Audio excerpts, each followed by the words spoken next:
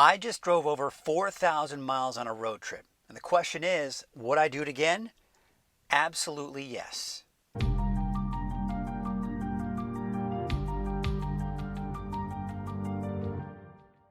It was time to visit my family in Central Texas, so I thought I'd ask my son if he wanted to go on a road trip that was over 4,000 miles.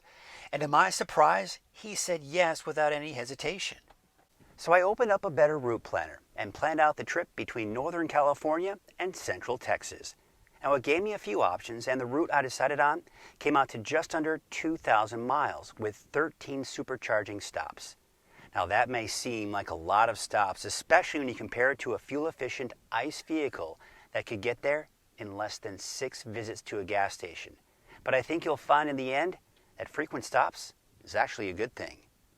Rather than take you on the trip with us there and back, I thought it would be best just to take you with us on the way back home so as to avoid any redundancy and, quite honestly, to try to keep this video within around 30 minutes. But before we get started, let's take a look at some of the stats and specifics that are associated with this trip.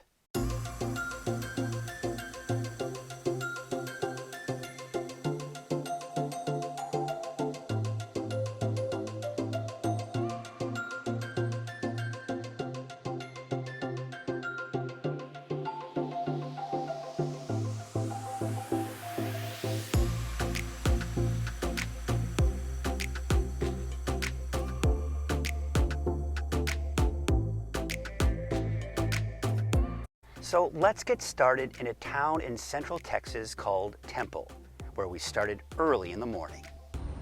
All right, so I'm at a place called Buc-ee's. It's a little, it's about 5:30. Look right up there, it might be backwards. This is a big chain in Texas. It does gas, of course. Of course, I'm not here for gas, I'm here for coffee. I got my cup of coffee. I got to get myself started on this road trip back home from my original location for the vacation, which was at my dad's house, and now we are on our way. Aiden's in the back seat, trying to get some sleep. Let's get going. Only 20 minutes away from my first supercharging stop in Denton are my long-lost cousin and aunt. Now, I haven't seen them in over 10 years, and they both got to meet Aiden for the first time. And we spent about an hour and a half with them before getting back on the road to Denton.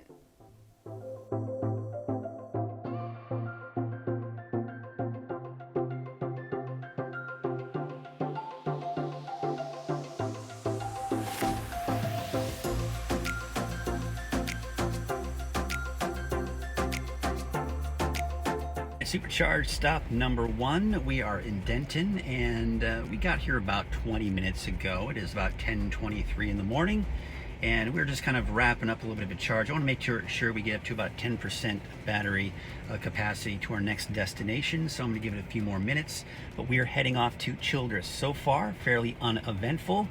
After a 35-minute charge in Denton, we were on our way to the supercharger in Childress, Texas. However, I wanted to make a stop along the way to see the growth of the supercharging network in action. All right, I am in Henryetta, Texas, which is about 20 miles southeast of Wichita Falls, Texas. And this is the new supercharger that's going up. I'm not exactly sure. I can see the posts here. Looks like about 1, 2, 3, 4, 5, 6, 7, 8, 9, about 10 superchargers. Now, upon further inspection, it actually came out to 12 superchargers at 120 kilowatts each. Now, this will help fill in the gap between Denton and Childress. It's also a good location because it's got a clean bathroom, a lot of eating options, including some good old-fashioned Texas barbecue. We also made our way through Wichita Falls, Texas, which is home to the location of where I got my first weather gig at the local NBC affiliate. With 43 miles left in the battery, we made it to our second supercharger in Childress, Texas. Now, after starting with about 300 miles of range in Denton, you can see why it might be a little more difficult in shorter range Teslas, including the S and X. We thought we'd get that last chance to get Big Red. Aiden loves Big Red. I found out it's like my favorite soda. Yeah, since he came to Texas, he discovered Big Red. So now he wants to stock up on it. What is that? How many ounces? That's 1 liter. Wow, that's a lot of sugar. So I thought we'd stock up on that. but we got about 10 minutes to wait. Once we get this thing charged up to the level that's comfortable, we will be on our way. After about 30 minutes of charging, we were on our way to the Amarillo Supercharger.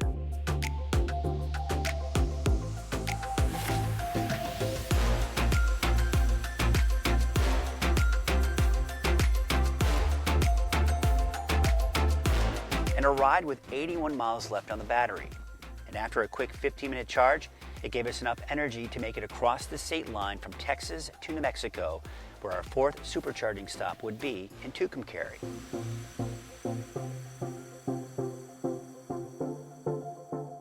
We were also greeted into the state with ominous skies, but we were fortunate enough to dodge the brunt of the storm with just some moderate rain. We're back in New Mexico, getting closer to home. The only thing I'm excited about is that closer to home, but we're least excited about not being in Texas. Shortly after driving through the storm, we arrived at the supercharger in Tucumcari. We were low on charge and had about 175 miles to get to Albuquerque, and decided to get a quick bite across the street from the supercharger at McDonald's. 35 minutes later, we had more than enough charge to get to Albuquerque, but I had to make a quick call before hitting the road. I was able to get an RV spot in Gallup, New Mexico. I reserved it. I took my credit card info, and it says that we will be there. Let's see when it says it'll be there. Let's do the begin trip. And it says that we will be there. Let's take a look. It says we will be there at about 10:22 p.m. So somewhere between 10 and 11 is when I expect to be there. We'll get some good rest, and then we'll be heading through Arizona the next day. So let's go.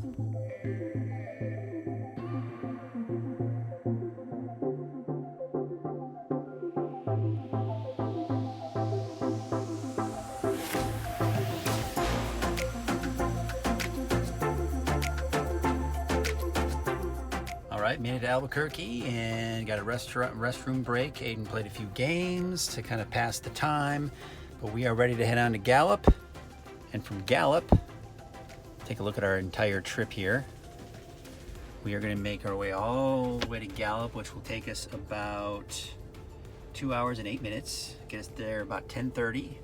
That's where we're going to blow up the mattress. And then we will supercharge in the morning to get to Flagstaff and hopefully do the Grand Canyon tomorrow. So here we go.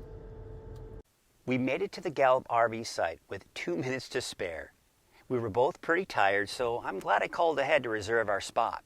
Now, in order to make room for the mattress, I unloaded everything in the trunk and put it in the front passenger seat and on the floor in the back. Now, I was excited to see a plug-in, but unfortunately it was the wrong kind, and I had to use the 110 outlet instead.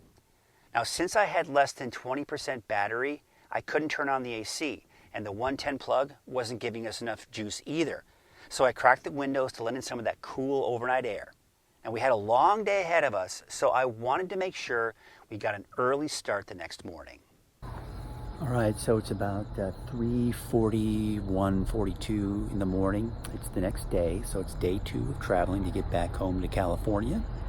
And we spent the night at just down the road here, actually not too far from the supercharger, at a RV place, and stayed in the back of the car. And I can just kind of tell you my first initial thoughts of sleeping back there. It does the job. It does what it needs to do. It's like camping. So it's not going to be the best night's rest, but it certainly is going to give you the rest that you need to get back on the road. So Aiden, of course, will still be sleeping this early in the morning as we try to get to the Grand Canyon. I wanted to get an earlier start because it's an hour and a half up to the Grand Canyon and back down onto the highway, another hour and a half. So it's 3 hours alone just to get to and back to the Grand Canyon and back down to Highway 40. So that's 3 hours out of the way, but I thought it was worth the trip to get out there. It's the first time he'll see the Grand Canyon, and really the first time I've seen it probably since I was a kid. So it should be fun to see that. So I'm only getting enough supercharge to get to the next one before I get to Flagstaff, because the battery was not allowed to heat up and warm up before I got to this supercharger in Gallup. So I just wanted to get a quick charge to get to Holbrook so the battery can prep itself for the Holbrook charge, get a really good charge there, and then you get another really good charge in Flagstaff before we head to the Grand Canyon. So I'm gonna see if I can hit another place for some coffee before we hit the road, and we will be on our way.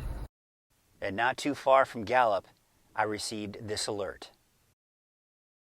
So my front passenger side tire is low, and I thought I'd go to a gas station real quick and use their air service. But look at that.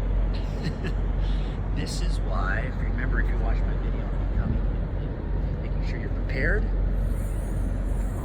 Thank goodness for this. So let's see if we can fill out the tire a bit.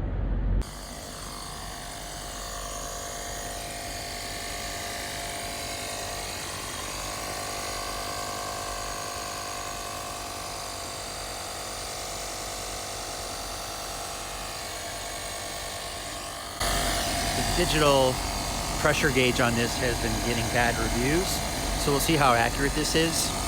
I got my trusty manual pressure gauge checked.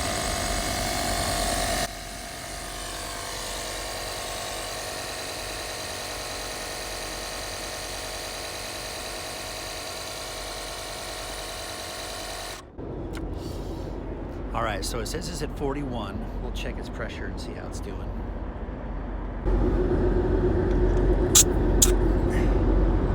Well, according to this, I can't see it, but it's at 41. I continued to see the low tire alert on the screen, despite the fact that the originally low tire was now up to 44 psi. Now, once we arrived at the Holbrook Supercharger, the tire alert was gone, and we had 61 miles left in the battery. Less than 20 minutes later, we had 200 miles on the battery, and we had more than enough charge to get to Flagstaff. All right, so now at the Supercharger in Kingman. No, actually not Kingman. I'm in Flagstaff, Arizona. And this is where I'm going to give myself as much of a charge as I can, maybe even if I can get it close to full. Because going up to the Grand Canyon, 79 miles from here to get to the South Rim parking lot. Now, I checked Charge Point, and I checked kind of plug share, and it showed there are several charging stations there, level 2. So if I'm lucky at about a 300 mile to 310 mile charge, I should, if I'm lucky, have still about 200 mile charge when I'm there. If we're at the Grand Canyon for a couple of hours and plugged into a level 2 charger, I could probably get up to somewhere between 260 and 280 miles back into the car with a 2-hour charge, because it's about 179 miles from the South Rim parking lot to Kingman, Arizona. So if I don't have to go back to Flagstaff, kind of backtrack to get charged up and then go to Kingman, that would be great. So that's kind of my goal at this point. I'm going to get as much of a charge as I can within 45 minutes to an hour. Take a little rest. Son is Aiden's still sleeping, so he can still get another 45 minutes to an hour of sleep. I'm gonna go restroom stop, kind of clean up a little bit. I'm still wearing my shirt from yesterday morning, so maybe I can kind of change clothes a little bit as well. If not, we'll just kind of grunge it up here. But so that's kind of where we're at right now. We'll see how things look in about 45 minutes to an hour. So we got up to 310 miles on the charge here. We have been waiting for close to an hour. So we made pretty good time here. Aiden finally got up. We're ready to go to the Grand Canyon. Hour-and-a-half drive. Let's hope we can find a decent charger when we get there. We'll keep you posted.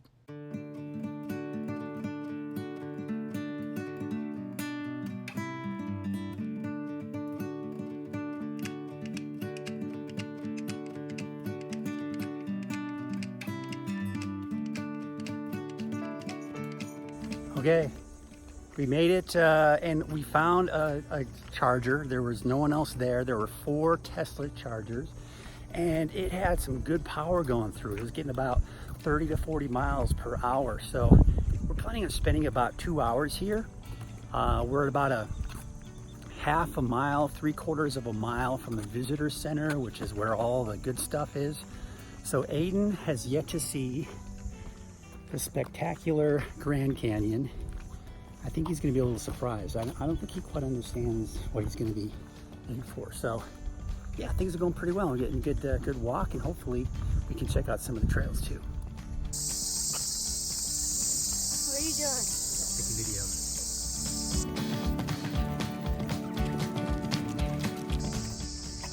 No way, this is man-made. Man-made? Yeah. Totally.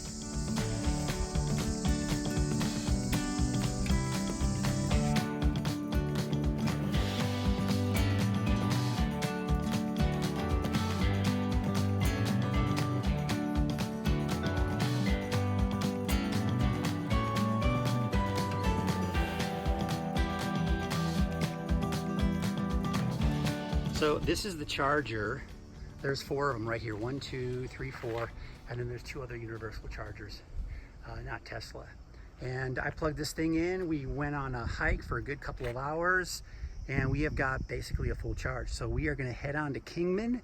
We don't have to go back to Flagstaff.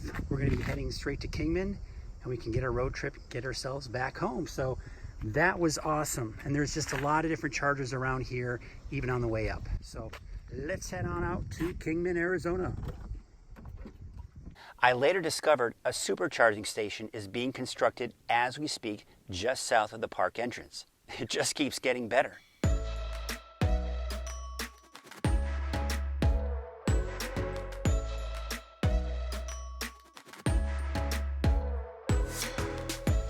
Now, when we arrived in Kingman, we still had over 130 miles left thanks to the unexpected charge rate at the Grand Canyon. Now, this turned out to be a really good thing. Completely jam-packed with people, so I'm only getting 17 kilowatts. This is ridiculous. I'm only getting 17 kilowatts because everybody is here. I took the last supercharger. So hopefully we can just get enough to get us to the dam, and then of course Henderson. And I think it'll probably just take hopefully around 15-20 minutes. So, but that's just kind of the result of too many people.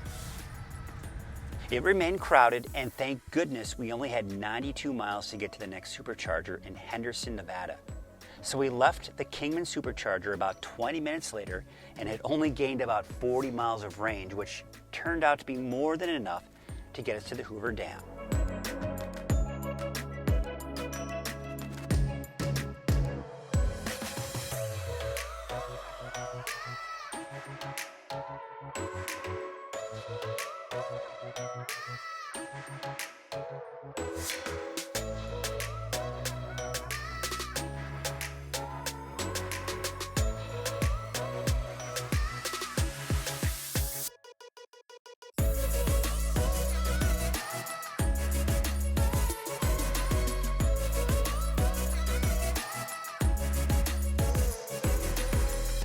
From Hoover Dam, it was just a short drive to the Henderson Supercharger with 66 miles in the battery to spare. We plugged in for about 25 minutes, putting us back up over 230 miles of range back into the battery. That would be enough to get us through Las Vegas and to the next supercharger in Beatty, Nevada, with about 73 miles left on the battery.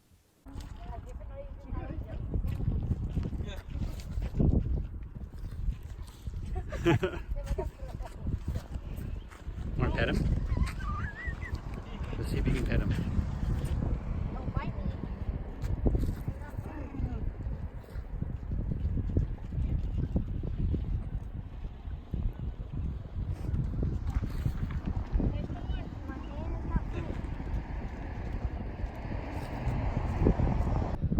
All right, we've got about 93 miles to Tonopah, and we're kind of on the home stretch of getting home.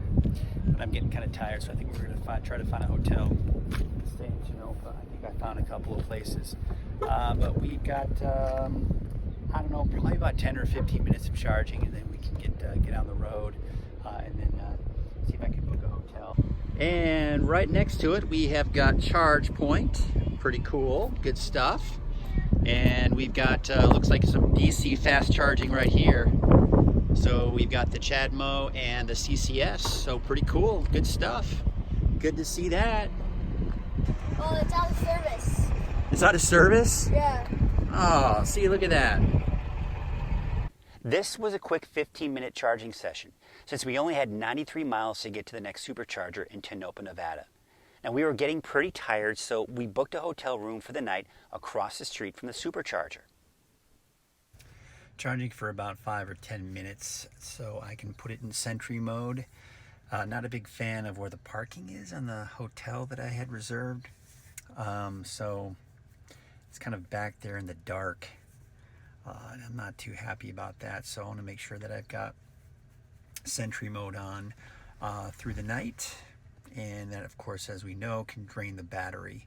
So I want to get some charge in there. And then we'll do a full charge tomorrow morning before we head off and head home. So yeah, I don't know if you can read that. It says not responsible for theft or damages to vehicles. This is a hotel that was about the same price as another one that had well-lit parking in the front on the main street. This is back behind, there's the hotel right here. This is back behind the hotel. It's a dirt parking lot. And I'm just not really happy about the security. So I'm gonna put it in Sentry mode. That's why I charged it up. It's gonna drain the battery a bit, but we gotta do what we can to protect the car. So let's hope for the best. But the hotel itself seems like it might be pretty neat, so we'll take a look at that. This is the lobby of the Mizpah Hotel. And just kind of really keeping with the old classic. I mean, it was built in 1907. So you can kind of course, see all of the architecture really kind of held to the style. So this is the casino that is down here. Oh, here's the lady in red. There's the lady in red. It is rumored that she was murdered in this hotel. The story is that she was murdered in the 5th story suite of this hotel. And you can stay in that room if you want. And just, yes, and she may put pearls in your room. This is the casino. Looks like it's kind of closed down for now. Yeah, they probably do at night. And so just kind of an old style place here. So there's the Mizpah Hotel in Tonopah, Nevada, that is. And that's where we stayed last night. Not too far from the supercharger. In fact, I'm standing right next to the supercharger right now, so it was really close. So now we're on our way to head out to Reno, then home, and wrap this trip up. But there it is, the Mizpah Hotel. After a good night's rest, we topped off the battery for about 15 minutes to get us a little over 100 miles to our next supercharger in Hawthorne, Nevada.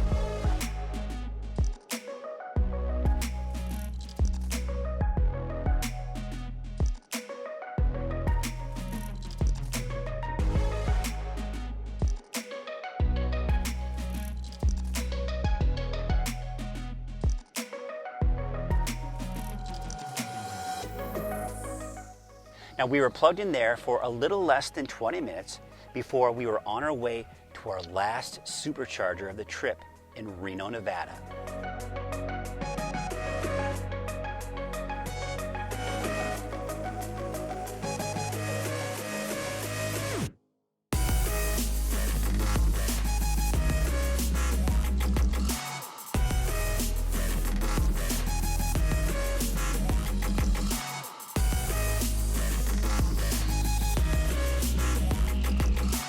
And we got there just in time because there was only one spot left for us to charge. So we're in Reno and we are not getting a very good rate here. It looks like, okay, it's kind of speeding up a little bit. Boy, it just keeps going up and down here. So I don't think it quite knows what to do. Oh, here we go. It's going back up. Back down, back up. Okay. Now so, Oh, look at the kilowatts. it looks like it may have. I think It may have grabbed it. yeah, or like the other cars that completely charged.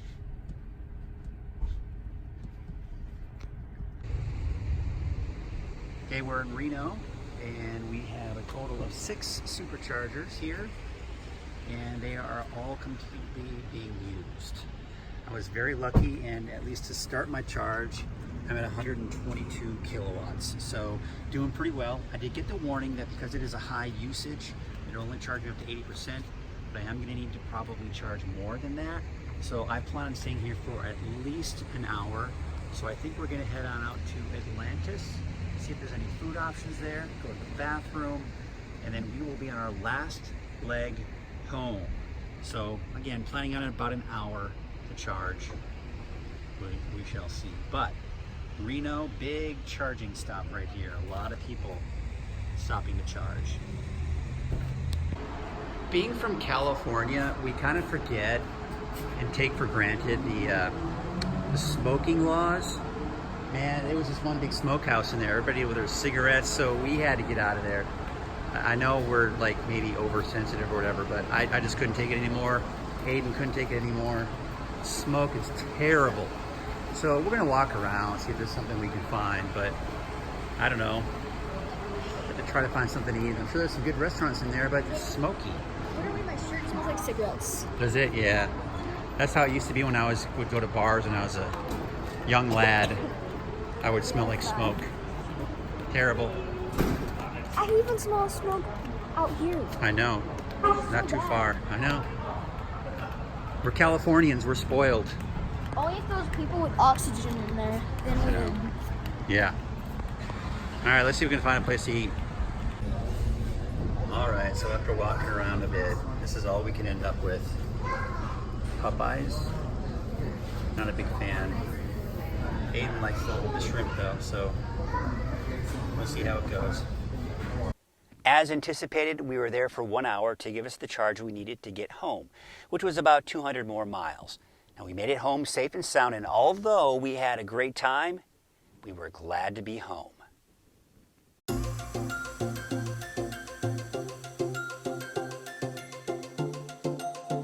Final thoughts, and I think this is where I could get into trouble as far as timing is concerned, so I'm going to try to keep this as condensed as possible. I'm going to start with the questions people ask me when I talk about road trips in a Tesla or electric car in general. Now usually the first question is, are there enough superchargers? Are there enough charging stations? The answer to that is simple, yes, not even a problem. Then the next question is, do you worry about running out of charge? And I ask them a question. Do you worry about running out of gas? And a lot of times they'll say no. And I say, well, then I have the same answer for you. And that is no. I don't worry about running out of charge, just like you don't worry about running out of gas, because there are plenty of gas stations. Now, are there as many superchargers and chargers in general as there are gas stations? Absolutely not. Not even close. But as long as you plan ahead, it's not rocket science. It's really simple. And you know, you may feel like you're cutting it close sometimes if you only got 30 miles left on the charge. But I always ask this, how many times do people, when they're driving on road trips in gas cars, how many times do they get that thing so close to empty that even a red indicator light comes on saying that you've got to fill up immediately? Well, the same thing happens in an electric car.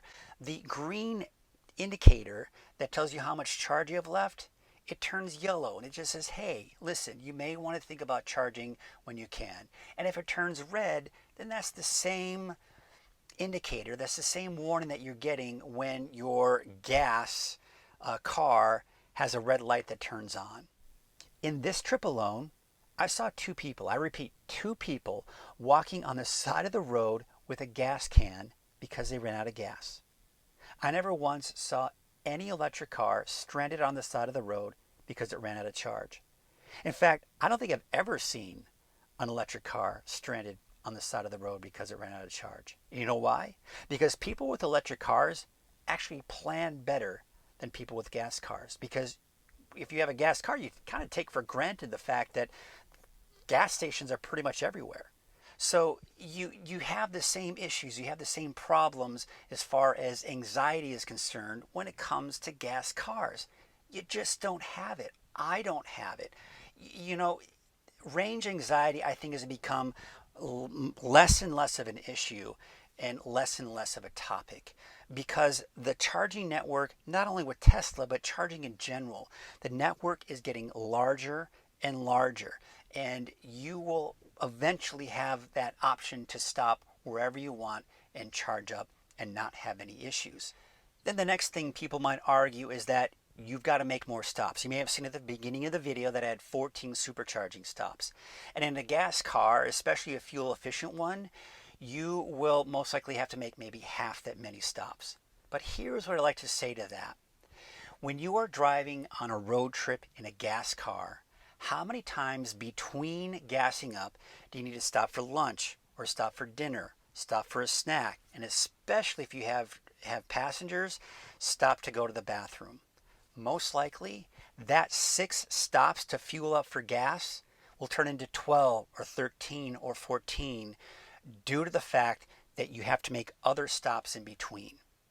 Now, with supercharging, yes, I've got 14 supercharging stops, but each and every single one of those stops, I'm able to fulfill one of those things I was just talking about, whether it's going to the bathroom, getting a snack, having dinner or lunch, or just getting out to stretch and revive myself. And that is another argument that I like to say. You're going to get less fatigue because you are forced to stop more often. And if you have autopilot, you're going to be even less fatigued and you won't have any problems. And I am going to be doing a separate video about autopilot, so I'm not going to go into too much detail about that. But I just wanted to really point out that the differences and the questions and the problems that people think they're going to have with electric cars are pretty much non-existent. I always like to say this. You plan from point A to point B.